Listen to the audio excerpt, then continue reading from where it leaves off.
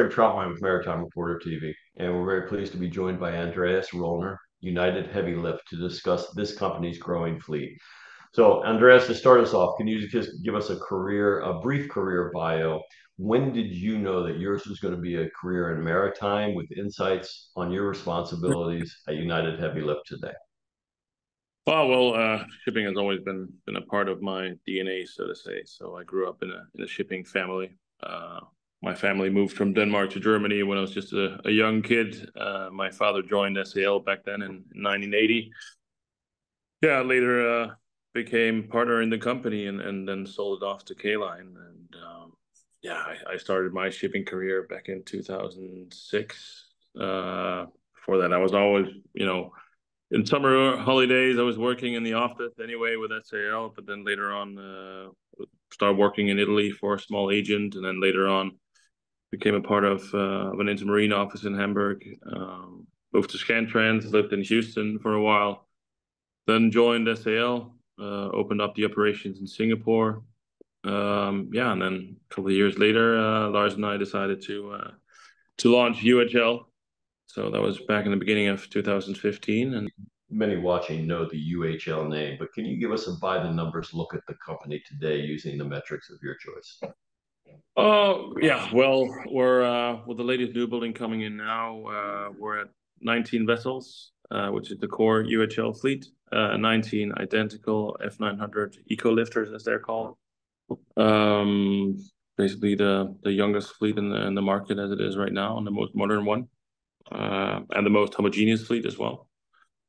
We took over the vessels from Z Marine when they went bust back 3 years ago, 4 years ago, I think it is now. And basically changed our fleet back then, which was consisting of F500s, P types, so a big mix. And I think we have a good flow with the F900s right now, and that's also why we decided to build more. And we're settled now with 19 ships. Then we have our operations. So I think ashore we're around 150 people. Is that 19 ships? Is that including the one that's going to be christened next week? Yeah, okay. That's including that one. It's an odd do you, number. It's sometimes also irritating me that it's not 20, but it is 19. yeah. So, do you have any more on order? I don't think we'll order more F900s. So Okay. we do have some vessels we're looking at right now. We are developing our, say, successor to the ship. Of course, in shipping, it's all about timing as well. When is the right time to approach the yards? When is the right time to look at financing? If we had a crystal ball, it would be very nice. But yeah, no. Right now, it's just a difficult decision. We're almost finishing up the design of. Well, we have a few ones, but I think the one which is going to be. So I hope in the coming months that we can approach some yards and get some quotations. When you started the company, what was the vision then, and how is that vision the same, and how is it different? End of 2014, beginning of 2015, the market was definitely a different one. We saw that German banks became ship owners, and that's a situation they didn't want to be in. So we started off just doing commercial management on a completely transparent, open book basis for banks. So we took fixed commissions, we did cash flow projections, we took over all the services that they didn't want to hassle with. And at that time, no owners were, or no operators were willing to give long-term charters. And if they did a short-term charter, it would always be from a good position into a bad one. So the banks would also have to cover the ballast leg. So yeah, we started running these ships as our own, and of course, with time, we made enough cash also to charter vessels on our own. We purchased vessels on our own, and then the opportunity came, with Z Marine going bust. We took over the F900s back then. It was a big gamble. The vessels were very expensive at that time. And I would say it paid off. At that time, we then phased out the older tonnage. So I think it turned out quite well. I think nobody would have expected that. So we went from this small operator just doing commercial management now to placing our own new buildings and yeah, looking at new generation of vessels now. So yeah, it's been a nice voyage. When you talk about managing your fleet, and again, is it mostly on long-term, short-term contracts, or when you look at those 19 Yeah, ships, how are they yeah, making I'd money? say it's shifted a lot. So right now, I would say for this year, the rest of this year, the vessels are basically booked out, and that has a lot to do with long-term projects. I'd say over the next coming years until 2028, we already booked 30% of the capacity of the fleet with long-term projects. I think that will go up maybe to around 50%. So yeah, I think it's a Hmm. healthy 50-50. We prefer to have long-term perspective and you know, back in the COVID times, of course, very nice being in the spot market and not having a lot of long-term contracts. Right now, the prices or the freights are also going up through the roof, but I mean, we're fairly committed, so we don't feel in the same way as others might do. So what are the big drivers for your business? Of course, right now it's wind or renewables Yep. in general. It's been the big driver for a long time. Especially the onshore has been massive. You know, that's where the volume is. That's where we have a lot of long-term contracts. It's definitely the onshore wind. But it's shifting very fast. I mean, we see that oil and gas is also suddenly coming back again. LNG projects are coming back on track. And of course, we're happy not only to, be allocated to one energy market. So, yeah, I mean, but there's also challenges. We see 95% of the export is out of Asia with that many, long-term contracts that we have.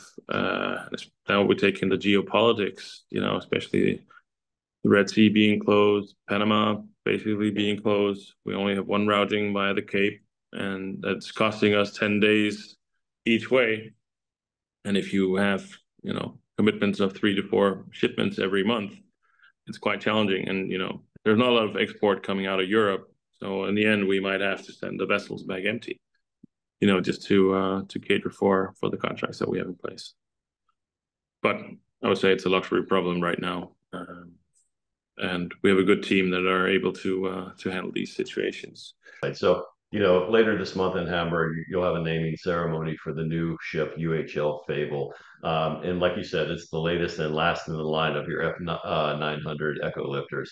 I'm sure there are many highlights, but can you point out what you see as the top 3 or 4 technical highlights of either this ship or the sister ships, the fleet that you have? Well, of course, on a piece of paper, they all look alike. There is a few small, yeah, differences on all the vessels. The cranes is one thing. Particularly the last two vessels, Fatal and Fresh, have been modified quite a lot, and you don't really see that much. But the cranes have been, well, the crane pedestal has been elevated by 6 meters, so it allows us to load much more spacious cargo on the deck. So we have much more lifting height. We changed the hatch covers as well. They're strengthened compared to the others. They're a different size, so they're 40-foot size instead of 20 foot, so we don't have to handle as much or spend as much time on handling.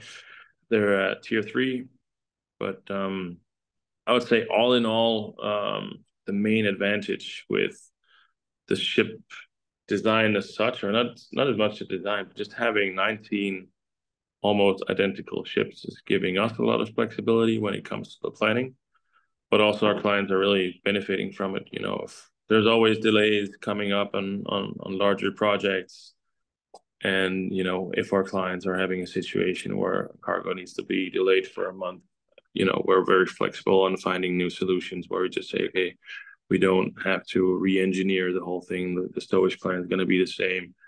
If you want marine warranty surveyor approval, it's going to be an identical ship. It's just the name basically changing, and we can switch around things very easily, and it's a very cost-effective solution. On the other side, it's also easy for us when we need to bid on projects. We know that we're going to have 4 to 5 vessels on the continent every month, and the same in Asia. Obviously this is a transcendent time in maritime. You got decarbonization, digitalization, automation slash autonomy, however you want to put it. Let's take the first and the big one, decarbonization. When you look at decarbonization, the targets that are being set for the long haul, I guess, what is the strategy from your standpoint to ensure that your fleets are meeting ahead or at at the levels that they need to be? Well, the whole topic ESG and decarbonization, we already started 3-4 years ago in our company. At least for our industry, we work quite ahead of time. We've launched our second ESG report this year. I mean, with the fleet that we have right now, there's a reason the vessels are called eco lifters. We already now have a consumption which is 30, 40, sometimes 50% less compared to our peers. Of course, there'll be more things coming in the future and new fuels to come. Our industry, I mean, especially the project cargo business, we're not the trendsetters in the world. I mean, we need to orient ourselves, take up the orientation of what the bigger guys are doing. The container vessel or the container owners, they might be going for methanol, for ammonia, LNG, but they can also create the infrastructure. Of course, having a liner service and those huge vessels, they have the space to accommodate these new types of fuels as well. Us being worldwide trampers, we don't know if we're going to Australia tomorrow or to Greenland. We need to make sure that there's enough fuel wherever we go. And right now, there's no infrastructure that can replace the oil, the heavy fuel oil that we're moving on. So yeah, of course, we're looking into technologies, and also if we go and we order new ships, we want to make sure that it's something that can cater for the future as well. So of course, we're looking into dual fuel engines. But yeah, we're not going to be the front runners in our industry, for sure not. We're going to be fast followers instead. I think that's that's a better thing. But I mean, we one thing we've actually been looking at is definitely biodiesel. Sometimes we just need the backing of our clients as well. I mean, we see that the fuels are, of course, more expensive. But yeah, that's typically the problem. The whole financial thing needs to correlate with taking care of the environment as well. So and the clients are not willing to pay for it many times if there is an alternative fuel, of course. So I think if price wise would be on one level, it would be an easy decision. But right now, I think monetary wise, we need to go for the heavy fuel oil. If I could just take a step back really quick. You mentioned when you started answering the question, you mentioned that you're already 30-40% more efficient. How? I mean, what primarily do you do that makes it more efficient? It's actually not rocket science. It's simply the engines that we have in the ships, two-stroke engines. And of course, as I said, the fleet that we have now it is basically the new buildings that have come into our market for the last couple of years. So of course, a lot has happened. If you take our average age of the fleet being 3 years compared to the general average age, which is more than 20, of course, something has happened on the engine side as well, but also on hull design. So if you take also the amount of cargo that we can transport on these vessels compared to the consumption that we have, that is just a very simple reason. I mean, you will see new vessels entering the market having the same figures, I guess, when it comes to fuel consumption. But it's the market as it is now, not like it was 20 years ago. Apart from decarbonization, is there another big technical trend that you see today that you think is going to be really transformative to your business in the coming 5 to 10 years? Of course, a lot of people are talking about AI being a big thing in the future. I don't really know. I mean, I think our business is still a quite hands-on business, and again, we're not gonna. I mean, we're just gonna follow rules and regulations that they come by. I don't see the big disruptors coming apart from decarbonization. I mean, it could be something within politics. I mean, you need to be aware and alert all the time. Changes, they come really fast. And we've seen that the last 3-4 years, how fast, things can change. It could be a pandemic, it could be a war, it can be a draft. There's just, there's been so many impacts in our worldwide shipping industry the last couple of years. So you really need to be able to adapt very fast.